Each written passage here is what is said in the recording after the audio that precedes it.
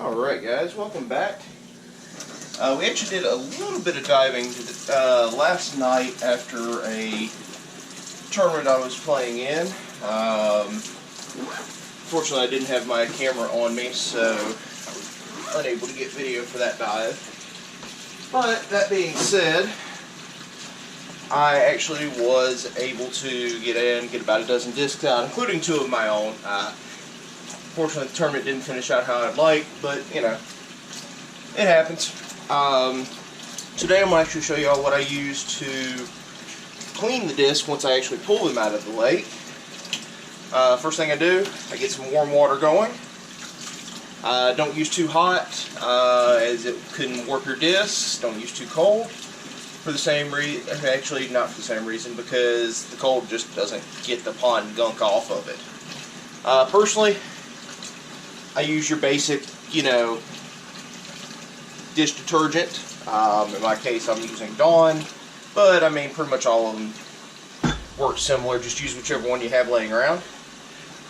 And our lakes, actually, one of our lakes in particular, Rozar Park, has a lot of funk to it, I guess would be the right way to phrase it using this. I actually use Funk Away. Occasionally I'll get the Febreze. It's basically a laundry additive to get smells out of your clothes. It actually helps to get some of that pond smell off of the discs. It's not perfect, but you get more of a smell of laundry rather than like musty, nasty pond smell, which is always a smell you want to get rid of if you can. So pour a little bit of that in there, and that'll get that set. And like I said, today we have a dozen discs that came out of holes 5 and 5A down at Rozar Park. As always, once these get cleaned up, they'll either get text messages if they have numbers on them, like that one I know was on my card last round, so I know exactly who that one is. If they don't have numbers, they'll go into our local Facebook group, try to get them claimed. You know, 30 days, lost and found, basically.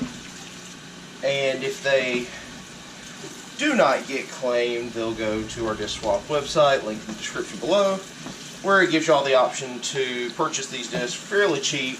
Any money I make from them goes right back into our local disc golf group. And that way they can, you know, whether it be for baskets, whether it be get new players into the sport, yeah, try to do a variety of things just to kind of,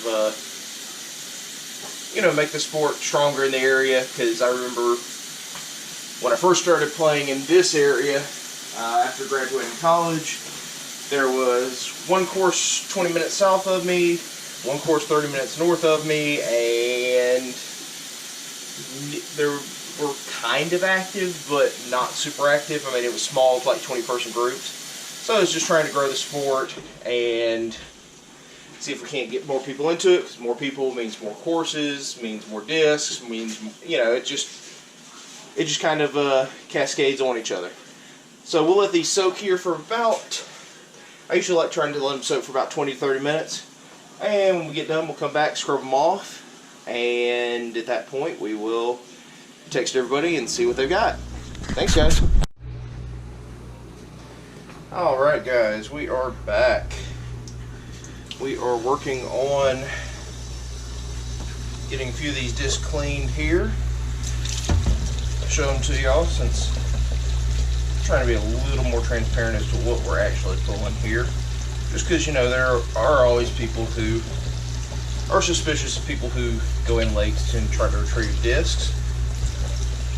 Keep a little low till I'm ready to show them to y'all, just so I don't give away local phone numbers here. So first find of the day, Paige Pierce, Discraft Stalker, ESP plastic. That one does have a number on it, so that person will be getting texted here. And actually that's a person I know locally, so that one will be fairly easy to return, I believe. This one was actually the disc that let me down on the final hole of the tournament yesterday. It's actually one of mine. Latitude 64 Opto Stiletto. Super, super beefy disc. Love the thing. I've thrown it for a good year or two. Just unfortunately some high winds kind of got the best of me yesterday. So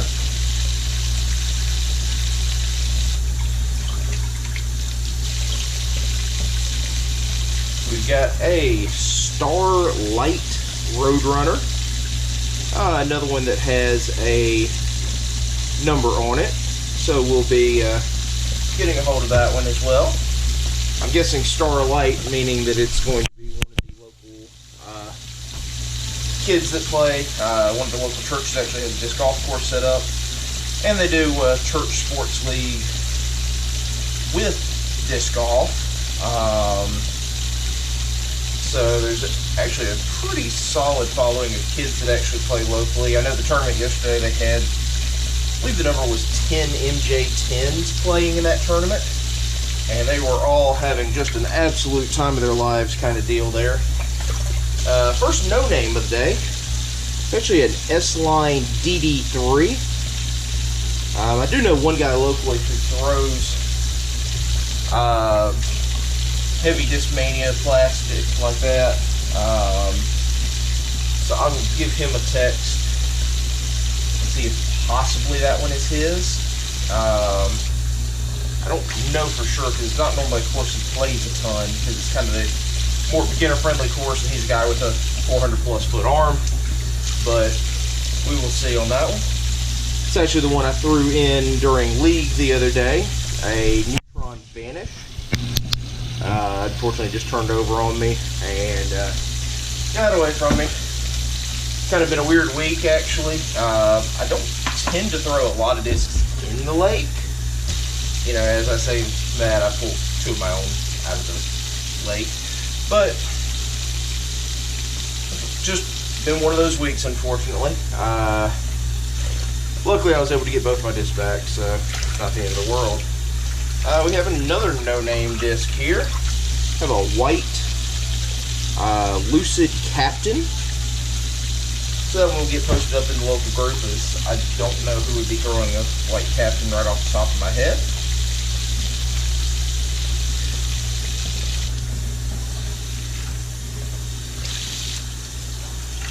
Next one up that we have is a Latitude 64 Wysocki 2X Pursed Compass.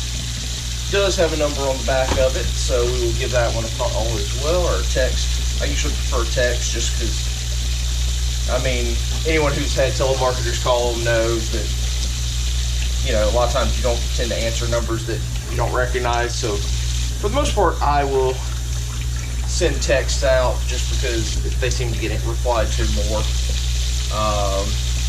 Next up we have the I don't understand why people throw this color, but lime green Champion Barry Schultz Leopard. That does, I believe, have a number on it. Yep. So that one will get a text as well.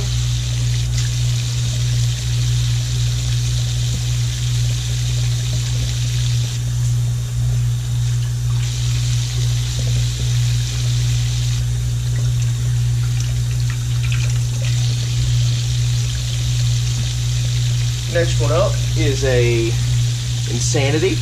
I actually recognize the name on the back of this one, so that one will get texted as well. That should be a fairly easy return.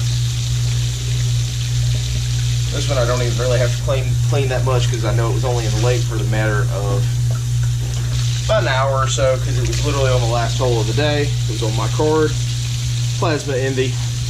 I know he'll be real happy to get that disc back.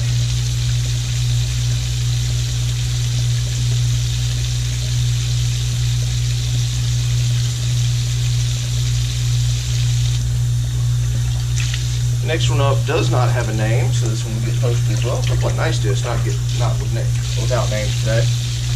We got a Cosmic Electron Runway. Very nice disc. I said all these discs were found down on hole 5 or 5A, which was the 10th hole for that particular day. And this one has a number on it. I know I had a request from someone in my wife's division, because my wife was saying, oh yeah, my husband's the guy that goes in the lake.